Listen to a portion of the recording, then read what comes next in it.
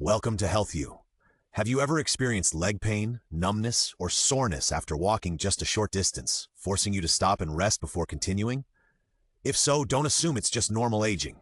This could be a warning sign of lower extremity arterial blockage, which in severe cases might even lead to amputation risk.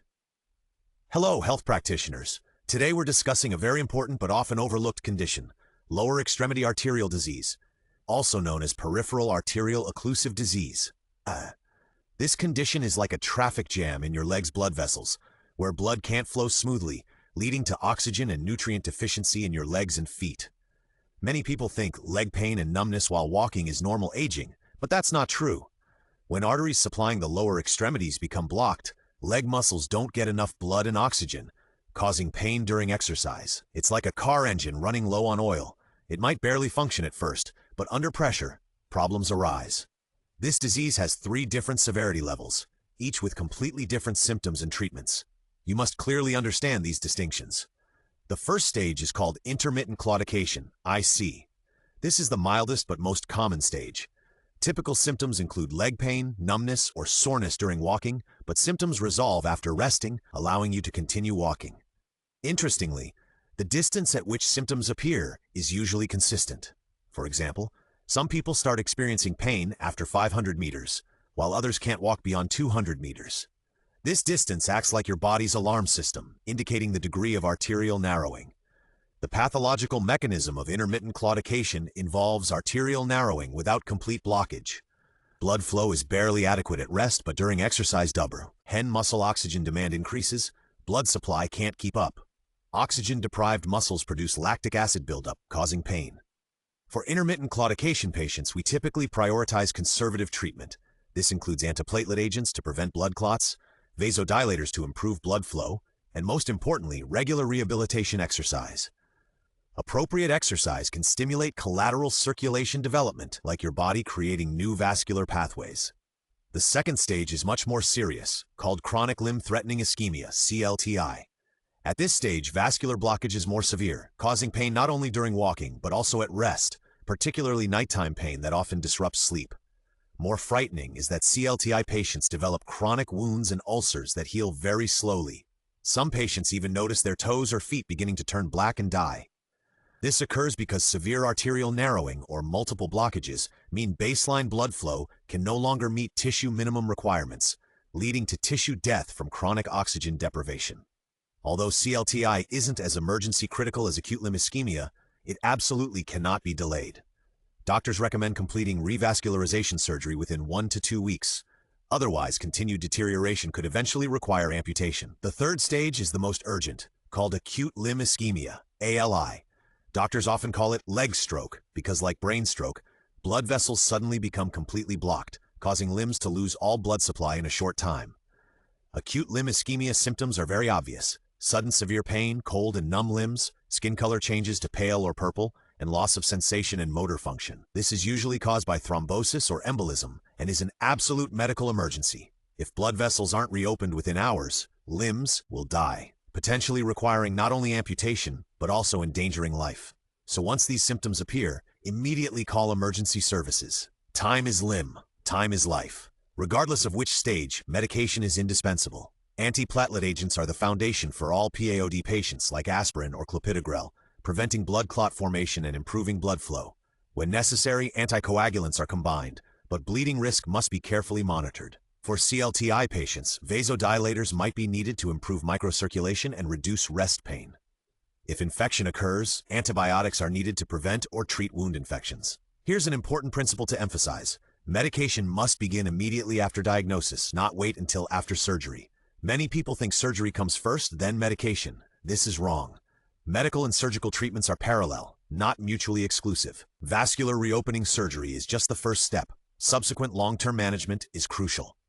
First is continuous antithrombotic therapy, usually requiring lifelong antiplatelet agents, with high-risk patients also needing anticoagulants. Lipid control is also very important, with LDL cholesterol controlled below 70 and high-risk patients even below 55. Typically, statins are used for aggressive lipid control to protect vascular endothelial function. For diabetic patients, blood sugar control is paramount. HbA1c should be controlled below 7% to prevent diabetic complications, as high blood sugar further damages blood vessels. Blood pressure control targets below 104/90, with diabetic patients requiring stricter control below 130/80. ACE inhibitors or ARBs are typically prioritized because they provide additional vascular protection. Regarding lifestyle modifications, smoking cessation is most important. Smoking is a major risk factor for vascular disease, and quitting can significantly reduce revascularization risk. This isn't a suggestion, it's mandatory. Regular exercise is also important, but should be done under medical supervision through rehabilitation programs. Initially, you might only walk very short distances, but gradually increasing exercise can promote collateral circulation development, improving blood flow. Foot care is particularly important for these patients. Daily, careful foot examination for wounds is essential because poor circulation makes wound healing very difficult. Always wear appropriate, well-covering shoes when going out to avoid injuries. Keep feet clean and dry, and seek immediate medical attention for any abnormalities. Who are high-risk groups? Unchangeable risk factors include age, especially those over 65, with males having higher risk than females, and those with family history needing special attention. Among changeable risk factors, smoking is most important, followed by diabetes, hypertension, hyperlipidemia, obesity, and lack of exercise. These risk factors often occur together, called metabolic syndrome, greatly increasing vascular disease risk. Early warning sign recognition is very important. If leg pain, soreness, or numbness occurs during walking and resolves with rest, be alert to possible vascular problems. Cold feet, skin color changes, poor wound healing, and weakened or absent foot pulses are important warning signs. You can do simple self-examinations at home. Regularly check foot pulses, notice skin temperature changes, observe wound healing, and record your walking distance capability. If you notice any abnormalities, seek medical attention promptly. For diagnosis, doctors will take detailed histories, including symptom patterns, walking distance capability, pain nature and location, and assess various risk factors. Physical examination includes foot pulse P, palpation, skin temperature and color examination, sensation and motor function tests, and hair distribution observation, as poor circulation affects hair growth. Among advanced tests, ankle brachial indice is an important non-invasive screening tool. Normal ABI should approach 1.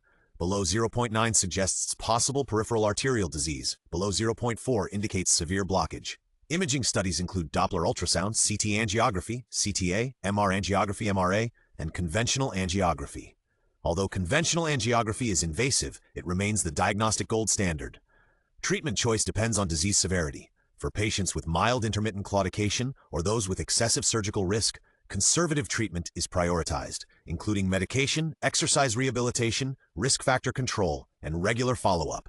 Invasive treatments include endovascular therapy and surgical procedures. Endovascular therapy includes balloon angioplasty, stent placement, drug-coated balloons, and drug-eluting stents. Surgical procedures include bypass surgery, thrombectomy, and amputation as last resort. Treatment decisions consider many factors, including symptom severity, vascular anatomy characteristics, patient overall health status, surgical risk assessment, life expectancy, functional requirements, and patient preferences. Possible complications of this disease include acute limb ischemia, thrombosis, embolic events, and infection as acute complications, plus vascular restenosis, chronic pain, functional disability, and amputation as chronic complications. Prognosis depends on many factors. Good prognostic factors include early diagnosis and treatment, successful smoking cessation, good risk factor control, regular exercise rehabilitation, and good medication compliance. Poor prognostic factors include diabetes, continued smoking, multi-segment dis-ease, poor outflow, and delayed treatment. So early detection and early treatment are truly crucial. In summary, lower extremity peripheral arterial blockage is a chronic disease requiring long-term management. The key is early symptom recognition, timely diagnosis and treatment, aggressive risk factor control, and good long-term follow-up management. Remember, several key points. Leg pain and numbness during walking isn't normal aging. It could be a vascular blockage warning sign.